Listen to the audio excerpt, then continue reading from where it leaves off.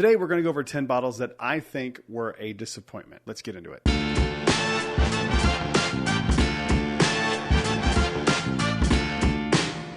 Hello everyone, welcome back to Brad's Bourbon Reviews. I'm Brad, and today we're going to talk about 10 bottles that I think were a little disappointing. Now, that doesn't mean that they are all objectively bad. There are some, in my opinion, that are pretty bad, but remember, for all my list, this is my personal opinion. If you like any of the bottles on this list, that's fantastic. I'm glad it worked out for you. I'm glad you got your money's worth for a bottle. Some of these I actually like. They're just not what I was hoping to get out of them. They weren't as good as I was hoping that they would be. Let's go ahead and dive into it here. These are in no particular order. First up is this store pick of 1792 Full Proof. I wanted this bottle so bad. This bottle for a long time was just really hard to find in Orlando. Now you can kind of go in, they're not everywhere, but you can kind of find them. I was really hoping this bottle would be good. At the time, I was kind of a big fan of the 1792 small batch. I've kind of circled back on that now. I'm not a huge fan of 1792, just kind of in general. I like the sweet wheat and the 12 year, but outside of that, they're just okay. But this one is okay. Like, if this one's one of these ones for me that it's not bad, it's just not quite as good as I was hoping it would be. And maybe that's because it's a store pick and I should just get one that maybe is not a store pick, but this is the one I got. Unfortunately, it's just kind of a bummer. I've had it for 2 years and that's all I've taken out of it.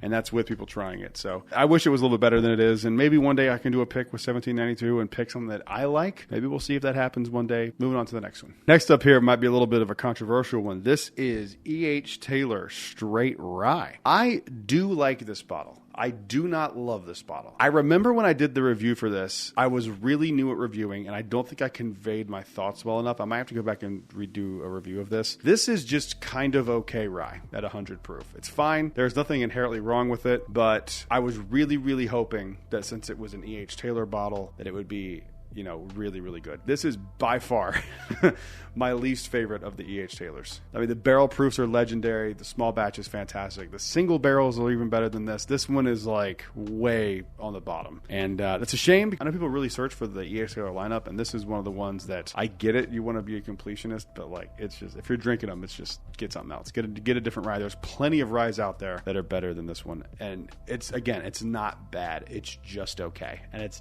definitely not worth the struggle it is to get this. Moving on to the next one. I meant to feature this in a video of the most disappointing bourbons from 2024, and I forgot to, which is crazy because this is one of the ones that made me want to do that list in the first place. So I'm just going to put it here. This is one of the most disappointing whiskeys ever of all time to me. This is Little Book the Infinite.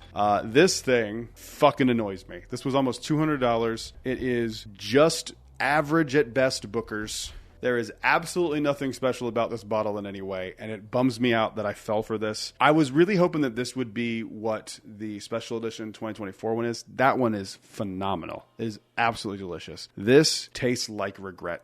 I've sampled it out to a lot of people, as you can tell. I have not gone back to this since I tried it last time, which was the same day I sampled it. I was like, maybe I'm wrong. I went back to it and I was like, I wasn't wrong. This is not good. I don't like it. I know some people really like this bottle.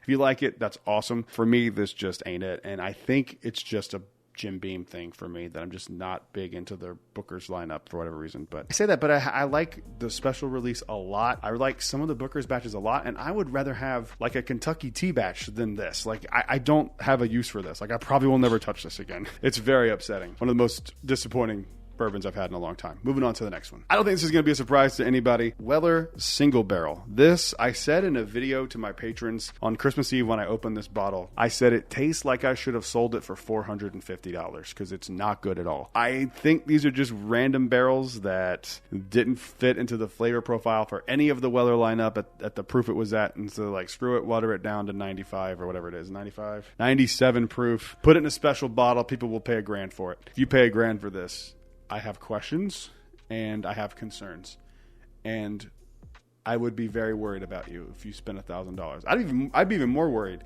if you spent $1,000 on this and you enjoyed it. I would say you're brainwashed, and I think you've made a bad decision, and there's no reason to stick to that bad decision. Just because you've been doing something bad for a long time doesn't mean you have to continue doing it. You know, you can change. You can change your ways. You don't have to spend $1,000 on a Weller Single Barrel. That's ridiculous. It's ridiculous. If person that I'm making up that may or may not exist, who's watching this video, you should be ashamed of yourself. Moving on to the next one. This is a more recent disappointment, and this one hurts.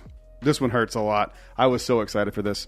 This is the Woodford Double Oak. $200. First time they've done a double oaked outside of the distillery. I was really, really hopeful for this. And boy, oh boy, does this thing suck ass for $200. It is not bad, but it is absolutely not worth $200. Not even close. I would maybe pay $100. Maybe, probably not based on the profile. Like, you're literally better buying 3 or 4 bottles of Woodford double oaked and calling it a day. Like, seriously, it's so nothing. And that's more upsetting than being really bad, is when something is just nothing. Like, when something's good, you can go like, that's really good. When something's terrible, you can make fun of it, and that's fun too. But when something is just nothing, it's so disappointing because you can't even mock it because it's just nothing. You're a disappointment. Moving on to the next one. This one is a disappointment, but like not like an earth-shattering disappointment, but it is disappointing to me because of the distillery it's from. This is a Jack Daniel Tennessee Tasters. This is their straight Tennessee whiskey finished in añejo tequila barrels, and Jesus Christ, Lord Almighty, is this one of the worst things I have on the shelf. Eventually, one day, I'm going to do a ranking of all of my whiskey bottles in my entire collection, and this will be very early on in that video because it ranked from the bottom to the top. And it's bad. It's real bad. I don't know why they did this. It's one thing to have like a experimental thing that you do behind the scenes. It's another thing entirely to release something that tastes this bad.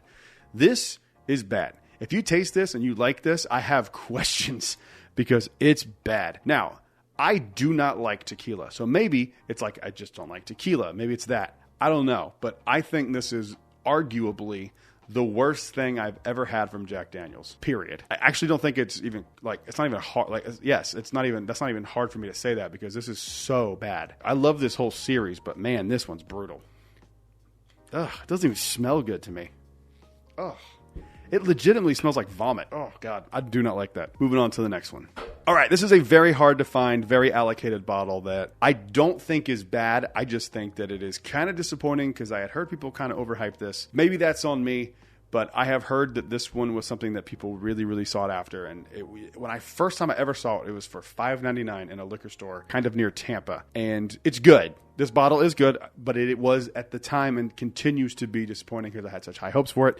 This is Elmer T. Lee. Luckily, when I did get this, I only paid around $45 for it. So obviously, it's not like this huge disappointment, but I was really thinking this was going to be something special, and it's not. But I have heard that the 100th anniversary bottle that they just kind of did a re-release not too long of at the Buffalo Trace Distillery, like for one random day near Christmas, is like really, really good. So I kind of want to get my hands on one of those. If anyone has one of those, I would be interested to trade. I would trade something kind of crazy for that bottle, but if that ever happens, I'd be excited to try that. I think this is just an okay bottle that people flip out for, and they really kind of shouldn't. It's just an okay bottle from Buffalo Trace, and the thing about it is that's what this bottle was intended to be, but my dumbass fed into the hype and had higher expectations than I should have, and maybe that's on me, but that's why it's on this list. Moving on to the next one. Speaking of Buffalo Trace and Mash Bill 2, this is a bottle of Blanton's Single Barrel. Now, I debated putting regular Blantons on this list. I think that that's played out in cliche.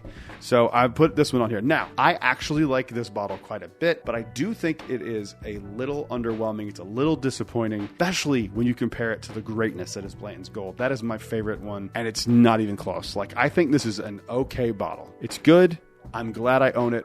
I'll buy them again in the future, but I think it's just not as good as I was hoping it to be. And I think, again, that might be my fault because, you know, you think Blanton's Green is terrible. Regular Blanton's is an okay bottle for the price at retail if you can find it. Blanton's Gold, holy crap. And you kind of expect that jump from Blanton's Gold to the Blanton straight from the barrel to be like even better. And it's just not. Like, I don't think the proof, mine's a higher proof one too. Mine's like 133. Mine's 133.1. So, and I like proofy stuff. It's not the proof that bothers me. The proof point at Gold for me just works for Blanton's. I think it's the best version of Blanton's. So this is not a bottle I dislike. Don't go to the comments and get angry. I like this. I like it a lot, but it still to me is disappointing. Moving on to the next one. This one is another one from Jack Daniels, and I was really excited about this. This one for me was a bottle that was, I wouldn't say it's a unicorn for me, but it was something that I really, really wanted to have on the shelf because I remember seeing this when I first started getting into whiskey, and I always kept going, I'll get it. And then I believe they discontinued it. This is Jack Daniels Gold number 27. This is Tennessee whiskey matured in maple barrels. So it's a double oaked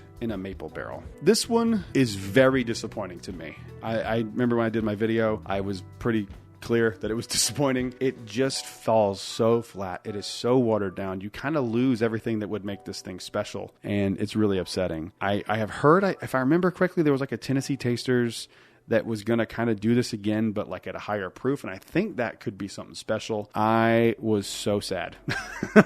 I love Jack Daniels. You guys know. I was really hoping that this one would be something special. And unfortunately, it's just kind of a watered down mess. Jack Daniels, try this one again. Let's give it another shot and see if we can make something special happen. You fucked up by making it 80 proof. And by the way, when this was out, this was not a cheap bottle. It was around 85 to $100 if I remember correctly. Moving on to the last one. This right here is the pinnacle to me for something that is disappointing. This is Maker's Mark Cellar Age 2024 release. I'm not buying another one of these. I'm not. I tried the 2023. I did not like it. I liked this one a little bit better. I think I'd have to try them again side by side. I should do that at some point. But I don't care. They're both not good to me. This to me is laughable that Maker's Mark put this out as a special release. And I think they should just go for it and do Maker's Mark 10, 12, 13, 14 like Jack is doing. And, you know, try something like that because this ain't working. The wood finishing series, if it's going to be like the Heart release, is not working. I rag on Maker's Mark a lot, but there are a lot of Maker's Mark products that I do enjoy. I really like some of the wood finishing series. BEP and BRT 01 and 2 were fantastic, but I really like Maker's Mark 101. I think it's another one of those scenarios where that's just like the proof point that works for that bourbon. I'll tell you what, 12 year and 13 year at 119 proof should be right up my alley, and it doesn't even come close to being a good whiskey.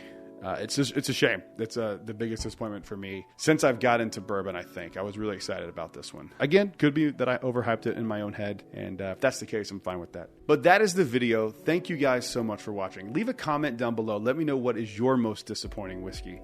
I'd love to hear what you have to say, and if it's any of these that are on this list, back me up that they're terrible or that they're just not as good as they're supposed to be. Make sure you leave a like and subscribe. See you guys on the next one. Until then, cheers. A big thank you to all the Patreon supporters you see on screen right now.